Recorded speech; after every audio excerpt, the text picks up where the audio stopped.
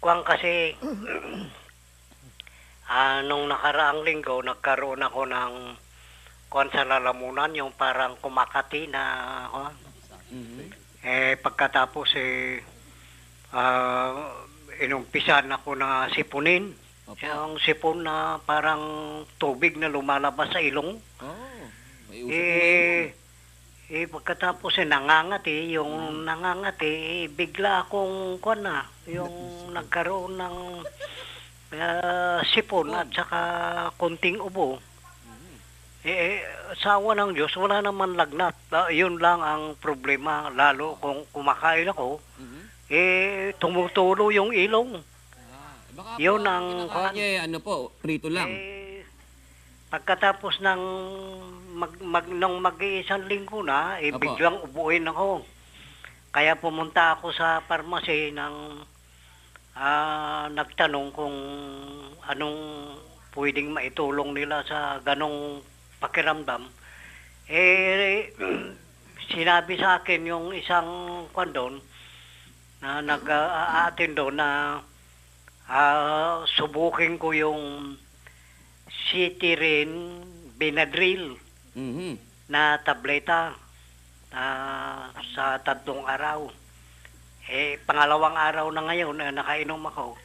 Nung nakainom ako doon, ang nangyari, bumuka yung kwan at biglang inubo na ako na nagkaroon na ng plima. Yun. Mhm. Yan.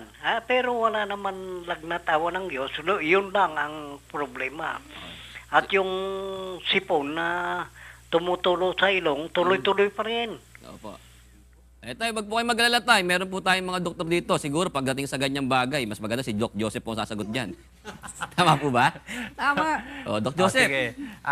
Tatay Daniel, una-una, no, dapat nating malaman, kasi yung edad mo, 84 years old, minsan yung immune system natin ay mababa na.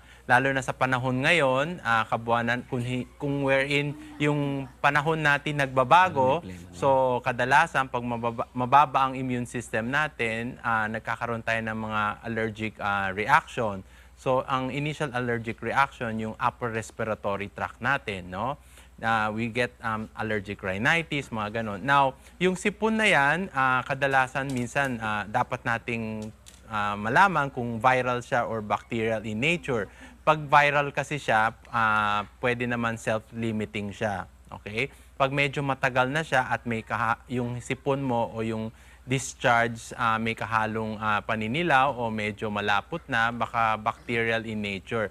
Now, pag medyo whitish pa siya, baka viral pa ito, no? Or allergic in... So, pwede tayong, siguro, pwede siyang fluid, more fluid, vitamin C, okay? Now, yung mga iniinom niya kasi, pinescribe sa kanya is anti-allergic, no? So, minsan nakakaantok yan, or antihistamine. So, siguro sa edad niya, I can advise vitamin C, more fluid, baka viral in nature. Janice, what do you think? Yeah, I think I agree with si Doc Joseph. Kasi kapag po mga ganyan, sabi niyo naman po clear yung sipon, tsaka malabnaw siya. No? So sa tingin ko hindi siya bacterial in origin. Hindi pa natin kailangan mag-antibiotics. Tayo medyo malamig kasi yung season ngayon. So posible talaga na kaya kayo nagsisipon is because malamig nga yung weather. And yung katulad ng sinabi ni Doc Joseph is yung immune system natin medyo mababa. Prone to allergies din talaga. Tsaka pag ganito kasi mga pollens din, Yes. maraming pollens ngayong weather, ngayong season na to. So, continue taking the antihistamine. Normally, mga 3 to 5 days po, no? Ngayon, kapag hindi pa rin nag-i-improve, then my suggestion would be, magpakonsulta na po tayo talaga para mabigyan talaga natin ng specific medications aside from yung binigay lang sa pharmacy. Alam niyo po kasi kapag sa pharmacy tayo pumunta, medyo general sila magbigay ng medications kasi hindi naman po doktor ang mga nandoon. So yung nire-recommenda po nila, medyo kumbaga broad yung tinatamaan ng mga medication. So mas maganda magpakonsulta na po tayo kasi ang isa pong delikado at your age tayo baka biglang pneumonia na pala ito. Yes. No? Kasi kapag 84 years old, medyo yung extremes of age na minsan hindi lumalabas ang fever, ubo at sipon lang pero in the end pneumonia na pala. So my recommendation would be magpatingin po tayo. Pwede po tayo pumunta sa clinic ni Kuya. Okay po, Tay? Saan ba yan?